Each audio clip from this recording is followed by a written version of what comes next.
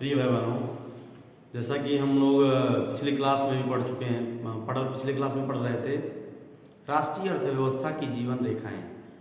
उसी के अंतर्गत आज हम दूसरे टॉपिक की चर्चा करेंगे, या उसी के क्रम में आगे बढ़ते हुए हम अगले टॉपिक की चर्चा करेंगे जिसका नाम है सड़क परिवहन।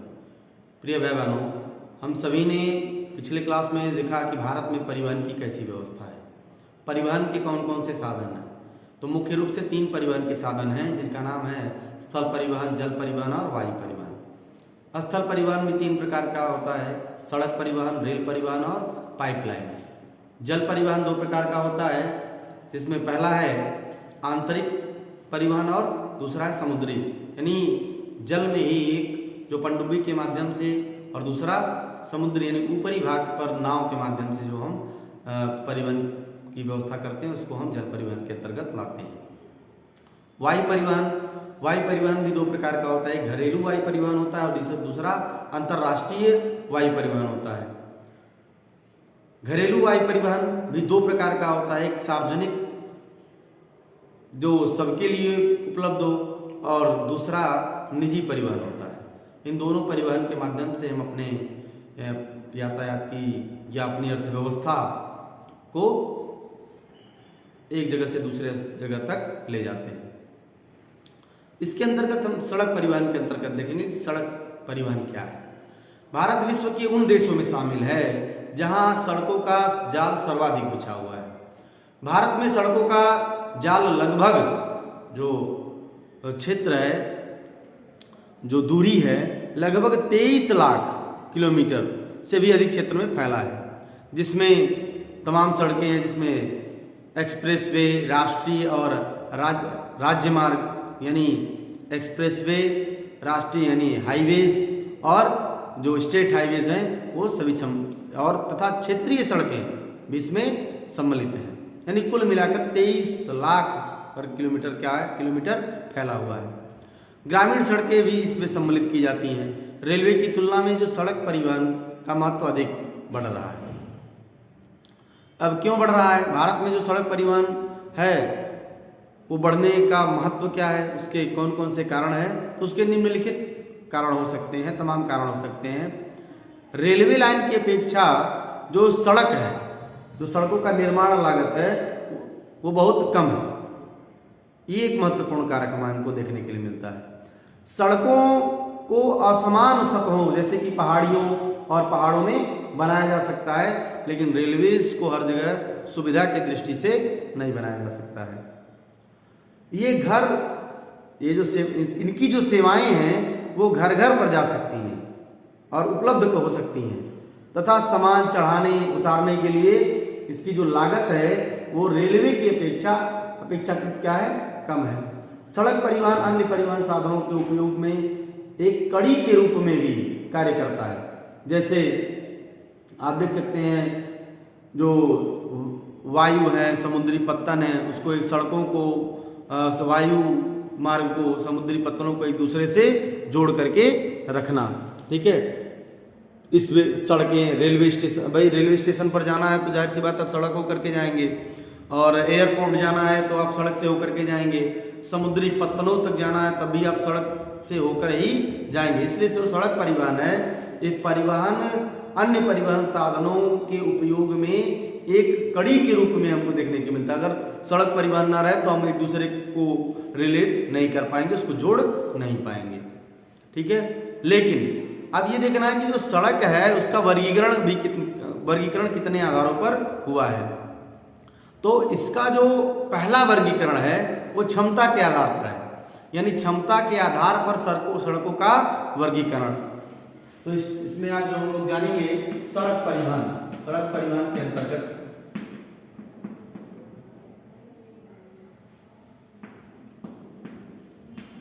सड़क परिवहन में जो पहला वर्गीकरण है वो क्षमता के आधार पर,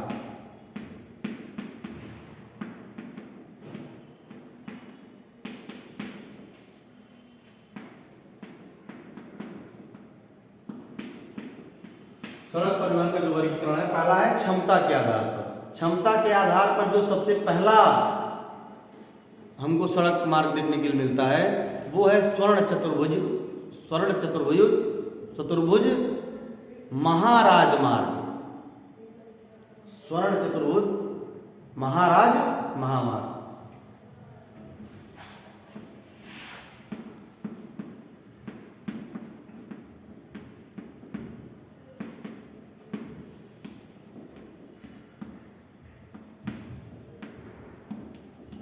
स्वर्ण चतुर्भुज महाराज मार्ग, ठीक है ना। अब ये स्वर्ण चतुर्भुज महाराज मार्ग क्या है? यह राजमार्ग परियोजना भारत के राष्ट्रीय राजमार्ग प्राधिकरण के अधिकार क्षेत्र में आता है। भारत सरकार यानी जो स्वर्णिम, जिसको हम स्वर्णिम चतुर्भुज योजना के नाम से भी जानते हैं, ये भारत सरकार ने दिल्ली, कोलकाता, चेन्नई और मुंबई, दिल्ली, कोलकाता, चेन्नई और मुंबई, यानी यह जो योजना है वो 4 स्टेट्स को, ठीक है, दिल्ली, कोलकाता,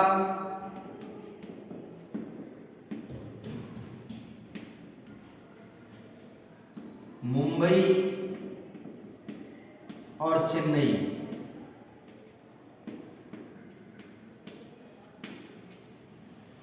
दिल्ली, कोलकाता, मुंबई और चेन्नई, यानी इन 4 स्टेट्स को जोड़ने वाली 6 लाइन वाली महाराजमार्गों की योजना प्रारंभ की थी।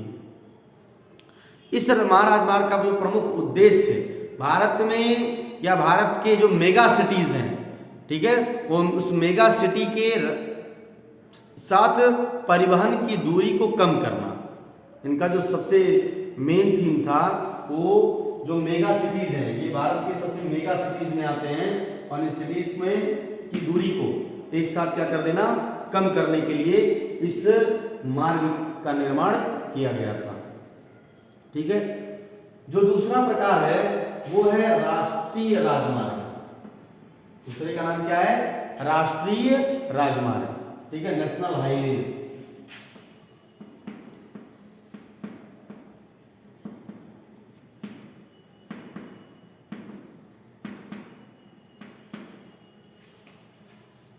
अब चूंकि ये केवल मेगा सिटीज को जोड़ता है इसलिए इसको महाराजमार्ग का दर्जा दिया गया है और ये 6 लेन है, और जो राष्ट्रीय राजमार्ग है वो क्या है? 4 लेन है, 4 लेन में आता है। राष्ट्रीय राजमार्ग जो नेशनल हाईवेज देश के दूरस्थ भागों को आपस में जोड़ते हैं। ये देश की प्राथमिक सड़क तंत्र है। इसके निर्माण, प्रबंधन एवं रख रखाव की जो जिम्मेदारी है वो केंद्रीय लोक निर्माण विभाग द्वारा निभाई जाती है। राष्ट्रीय राजमार्गों से जुड़े कुछ महत्वपूर्ण तथ्य भी हैं जो राष्ट्रीय राजमार्ग को एक विशेष स्वरूप प्रदान करते हैं, ठीक है, तो उसके बारे में हम चर्चा करेंगे कौन कौन से होते हैं। जो महत्वपूर्ण तथ्य हैं वो उसमें जो सबसे पहला तथ्य हमको देखने के लिए मिलता है, एक भारत में शासक था जिसका नाम था शेरशाह, ठीक है। शेरशाह द्वारा बनवाया गया जो प्रसिद्ध, जिसका नाम है ग्रांड ट्रंक रोड, जो पेशावर से कोलकाता को जोड़ता है, ठीक है ना, उसको भारत में NH1 और NH2 के नाम से हमारे देश में सम्मिलित है, ठीक है। दूसरा है जो NH15 है, यानी जो आप इसमें कह सकते हैं जो NH1 है, नेशनल हाईवे 1 और नेशनल हाईवे 2, ये दोनों जो सड़कें हैं, ये दोनों सड़कें ग्रांड ट्रंक रोड को ही उसमें सम्मिलित कर देती हैं या सम्मिलित कर लिया गया है, ठीक है। इसके बाद NH15 नेशनल हाईवे 15, ठीक है, ये थार को मरुस्थल से गुजरने वाला राष्ट्रीय राजमार्ग है। थार को मरुस्थल से जोड़ने वाला मार्ग आप कह सकते हैं, ठीक है। थार के जो मरुस्थल है उससे गुजरने वाला राष्ट्रीय राजमार्ग है। दूसरा, इसके बाद एक और राष्ट्रीय राजमार्ग है जिसका नाम है NH31, इसका नाम है NH31, ठीक है। अब ये NH जो 31 है या NH31 है, वो NH31 की जो एक विशेष राष्ट्रीय राजमार्ग का दर्जा दिया गया है। जो उत्तर पूर्वी भारतीय राज्यों को शेष भारत से जोड़ता है। यानी जो NH-31 है ये उत्तर पूर्व यानी नॉर्थ ईस्ट के जो हमारे 7 कंट्री हैं जिनको सेवन सिस्टर्स के भी नाम से जाना जाता है, उन 7 स्टेट्स को ये भारत के शेष भागों से जोड़ता हुआ हमको दिखता है, या जोड़ने के लिए इसका निर्माण किया गया है। ठीक है, तो ये विशेष बात है राष्ट्रीय राजमार्ग की। ठीक है, और इसका देखरेख कौन करता है? केंद्रीय लोक निर्माण विभाग। और NH1 और NH2 जो ग्रांड ट्रंक रोड था उसी का नाम बदल करके रख दिया गया NH1 और NH2। NH15 को क्या, जो इस रास्ते, ये रास्ता क्या है? ये रास्ता भारत के जो थार का मरुस्थल है उससे गुजरता है। ठीक है, इस प्रकार से हमारे लिए हमारे देश में विशेष स्थान लगता है। तीसरा था NH15 जो है NH31 क्या करता है? भारत के 7 सिस्टर्स को जोड़ता है, यानी जो भारत के उत्तर पूर्वी राज्य हैं इनको जोड़ने का काम करता है। ठीक है, इस प्रकार से ये हमारे राजमार्गों में विशेष स्थान रखते हैं। इसके बाद का जो टॉपिक है उसको हम लोग अगली कक्षा में डिस्कस करेंगे। ठीक है, इसका नाम है राज्यमार्ग, जिला सड़क और उसके बाद अन्य सड़क। ठीक है, क्षमता के आधार पर इसका वर्गीकरण कैसे किया गया है।